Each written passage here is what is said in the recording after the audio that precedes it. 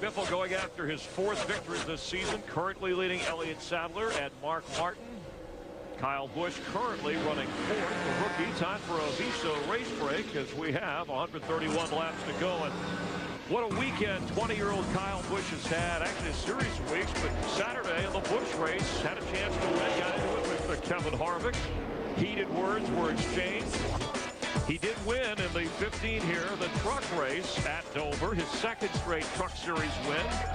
And then Kyle Busch won the Busch race last weekend in Charlotte. In the 5-car today, led 90 of the first 200 laps. Did have some grip problems, and currently Jeff Hamilton's running 4th. Could this be the first Cup win of young Kyle's career? Well, he's been real strong all day, Chris, but I hate to say this, after all those laps, I think DW and Larry both talked about this, he gets a little bit loose up off the turn 4 right then. He may be getting a little bit fatigued. I mean, this is a lot of racing for this young man. He may not have been ready for it. With Greg Biffle leading while we're talking about fatigue, 8 cars out of the race. Lap 41, Jeff Gordon in a wreck taken out. Bobby Labonte also taken out among those names with engine problems. Will we start to see some fatigue set in, or at least wear and tear on cars over the next few hundred miles here, or miles? Well, you always run that risk. I don't think that it's that great here at Dover. I believe we'll have more of a problem, maybe with guys getting tired and giving up, because this is the first hot day. Chris, you got to remember, all the month of May, we raced at night. This is the first daylight race we've ran in a month. Greg Biffle leading Elliott Sadler, Mark Martin, Kyle Busch, Matt Kenseth, another Rouse driver, currently running 5th. Let's rejoin Darrell, Larry, and Mike. Looking back from the Bud car as Greg Biffle goes to put Dale Jr. a lap down, and the next car ahead is Dale Jarrett, and you ran well earlier. You heard the engine sound in Junior's car. That's that wheel spin that this place is notorious for, coming up off the corner, that when it does that, it jumps loose with you. So that's why you got to play with the throttle out here. Yeah, pretty much over the last 15 or 20 laps, our leader, Greg Biffle, is we're probably about 15 to 20 laps away from a green flag stop.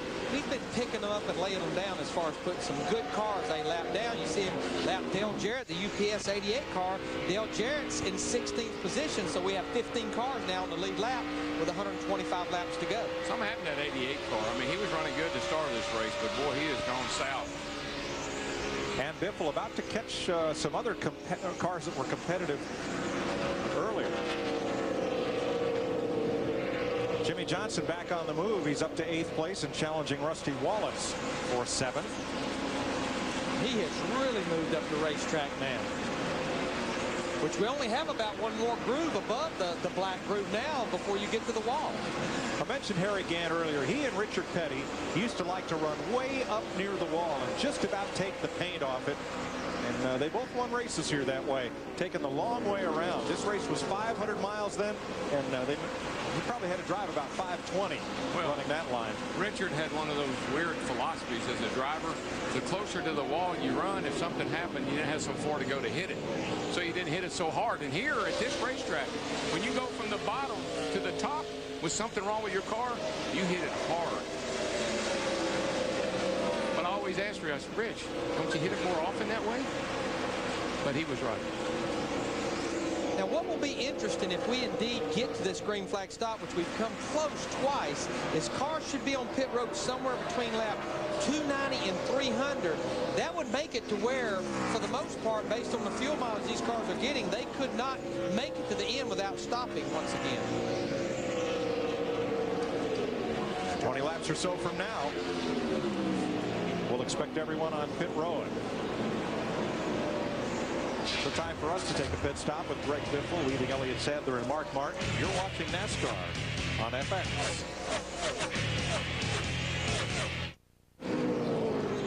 Casey Kane has just slammed the front straightaway wall. Came around coming off turn number 4, and that will put us under caution at lap 285. It is the 7th caution flag of the day, and by about 5 laps, we are shy of green flag pit stops once again. He's been running really, really high, getting off of turn 4 really, really high.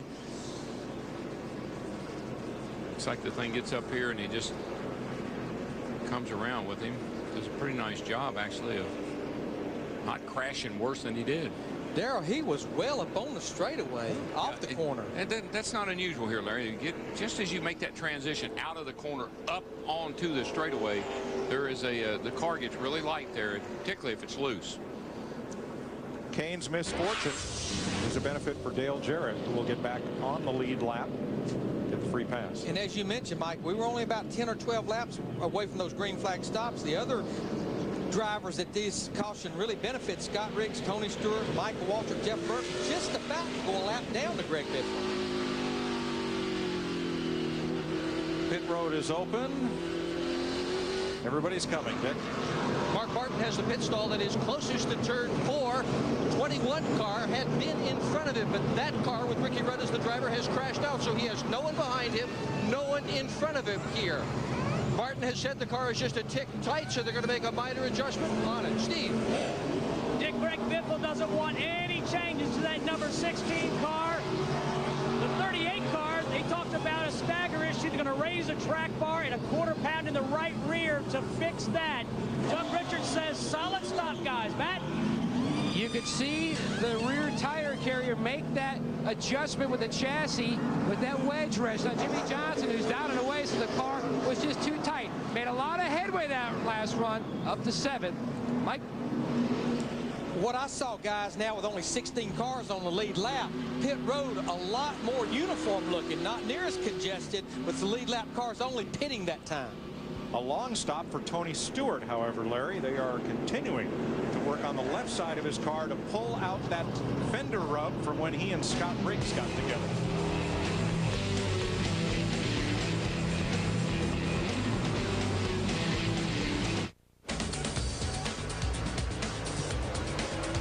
No change on pit road among our front 4. Craftsman pit summary shows Matt Kenseth dropped 2 spots on that stop. Ryan Newman moved up to 5th. Jimmy Johnson to 6th. We're back under green after Casey Kane's crash.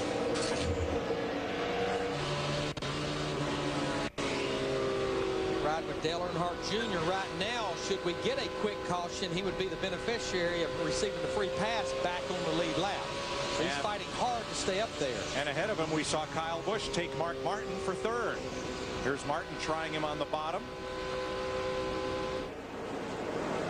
We pretty much know that deep into that last run that all these cars that pitted changed 4 tires full of fuel and probably several adjustments. Larry, that 5 car looks loose. I mean, he's just not quite as good as he has been. He's not bad, don't get me wrong, but I guarantee he's working hard to keep control of it. Well, I think Dick Bergman was telling us while we were at break they just lack overall grip. The race car is just not biting into the racetrack, neither end.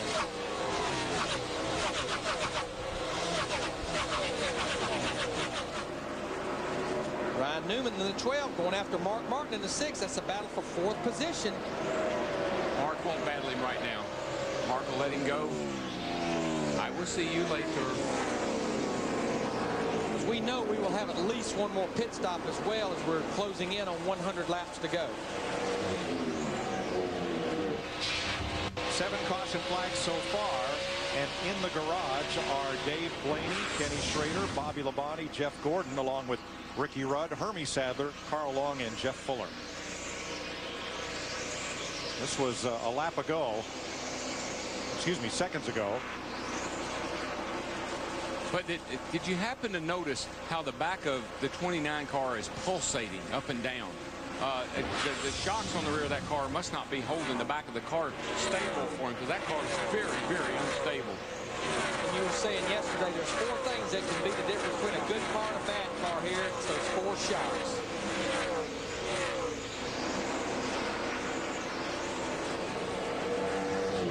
The Biff has said bye-bye to the field. Greg Biffle has opened up a 1.5-second lead on Elliott Sadler since we restarted. Yeah, when I said there are horses for courses, well, the thing about Biffle is he likes them all. Setup, #1 choice of our viewers. Good choice. As to the key to winning at Dover. speaking of setup, how about the setup on the 16 car? He had pulled out to about a 5-second lead before that last caution. As you mentioned, Mike, here just less than 10 laps after the restart, already over a 1.5-second lead. But, you know, those first 2 or 3 cars there, well, actually the first 5 or 6 have been the most consistent cars from the get-go. Biffle, Sadler, Busch, and Ryan Newman with Mark in pursuit has been about the best of the top 5 all day long. You see Biffle hang that car out, getting off turn 2. Even with that big a lead, he is still trying to drive it like he stole it. I don't know. Has he scraped that right rear against the wall yet, Larry? Not yet. Well, but we still have 103 to go. He will. Last year, Greg Biffle led a total of 10 races. This year, of the 13 races so far, Greg Biffle has led 10 races. And that's 50 bonus points right there, not to mention if any of those races he led the most laps. Aerial coverage from the Goodyear Tire and Rubber Company and its fleet of airships, reminding you travel with peace of mind on Goodyear's new Assurance tires. And there is the best camera to show you Greg Biffle's lead, because it's growing to almost a straightaway. And you know, when you talk about Biffle and you talk about him being 35 years old, you know who it reminds me of, because he's from out in that part of the world? Herschel McGriff. Herschel drove until he was 70 years old. Behind you. And Herschel was winning races and collecting Social Security at the same time. Exactly. And what you just heard Doug Richard, his crew chief, tell him, he just ran a 24.35, and he said 55 behind you. That means Elliott Sadler ran a 24.55, 2/10 slower than the lap you just ran. Good information for him. And it's a really polite way of saying, hey, Greg, why don't you slow down a little bit? You got a little in the bank, dude. Summertime blues here at Dover. We're into June, and it is 87 degrees out. Hot town, summer in the city. Back of my neck getting dirty and gritty.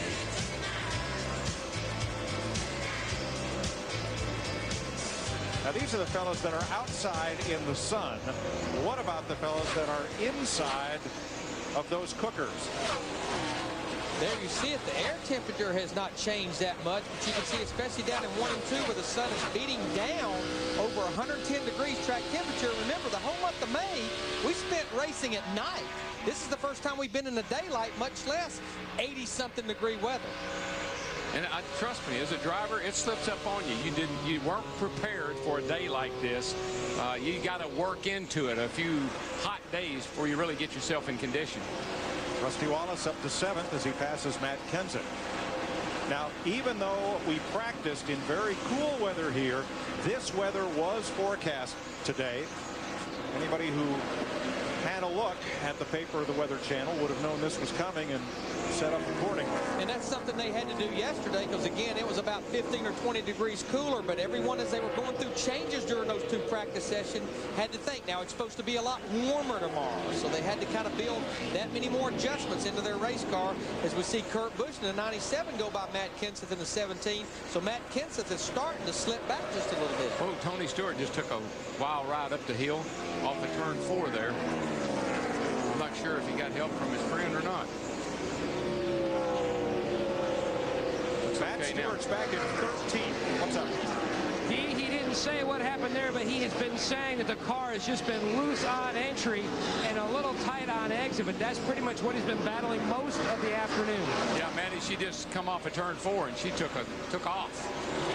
You know, of the 13 races, including this one that we've been to, Darrell, I found this interesting this morning as I walked through the garage area. We've been to some high-speed racetrack, Lowe's, Atlanta, Texas. A lot of crew chiefs told me this has been the first racetrack where they have really felt the effect of that shorter rear spore more so than the other tracks. Larry, I've said it and said it and said it. When the guys are really going to start squealing as the temperature starts to rise.